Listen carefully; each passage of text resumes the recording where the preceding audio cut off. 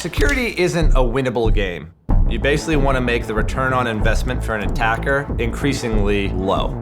We're adding technology and communications onto things that traditionally didn't have them. It's one thing for your computer to get hacked and lose some photos or emails, but if your car gets hacked and you end up in a ditch and people are hurt, it's a whole different story. So we tear apart cars, see how they work, see what attackers could do, and try to raise awareness of this issue. You could have a massive traffic pileup, bodily injury, death, who knows.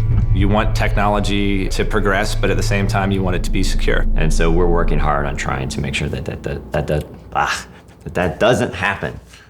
You were good, and then you just you stumbled over yourself at the end. They'll get that out in post, don't worry.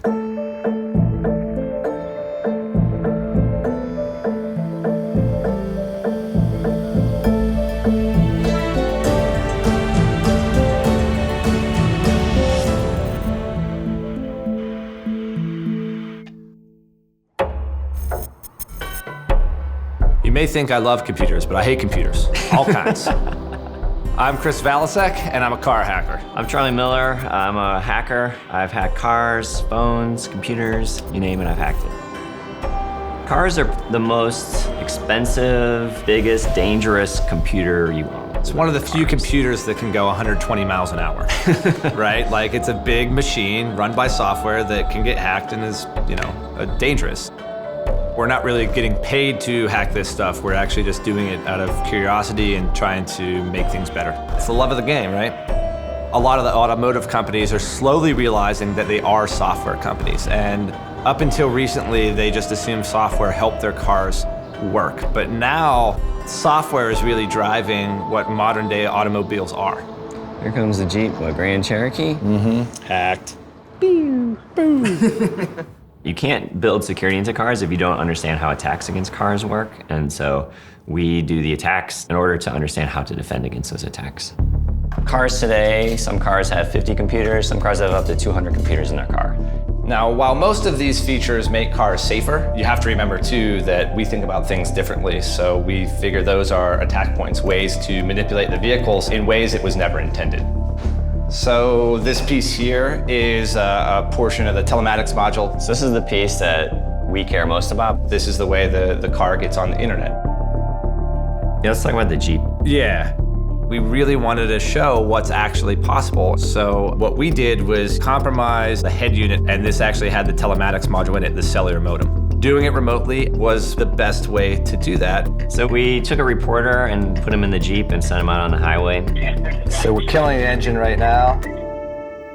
Computer security experts have proved it is possible to hack a 2014 Jeep Cherokee and take control of the car remotely over the internet. No one was harmed. But we could have engaged his brakes or turned him off the road. Hold on.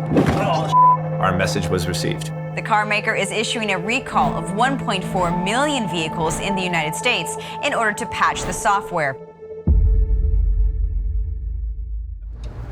There's two autonomous cars right there. Oh, yeah. See them, the spinny things on top? Yeah, they're back to back. Yeah. They have the ability to drive themselves under the correct circumstances.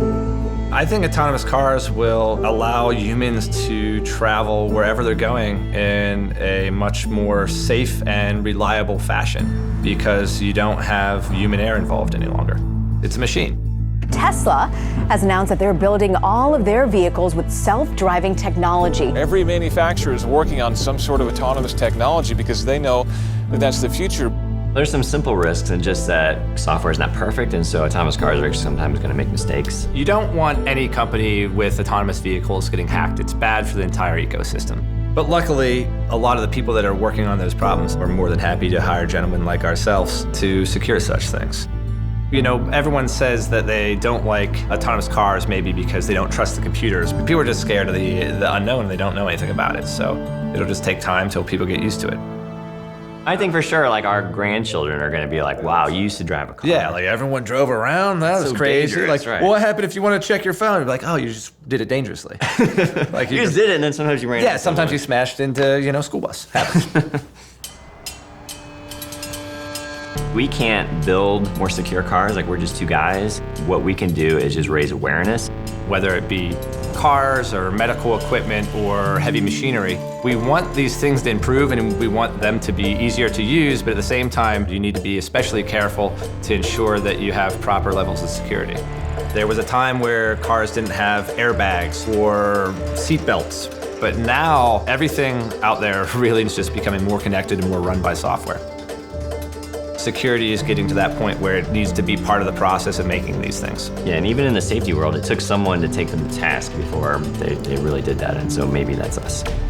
We really want more transparency into how they are actually securing these cars instead of just blindly trusting them.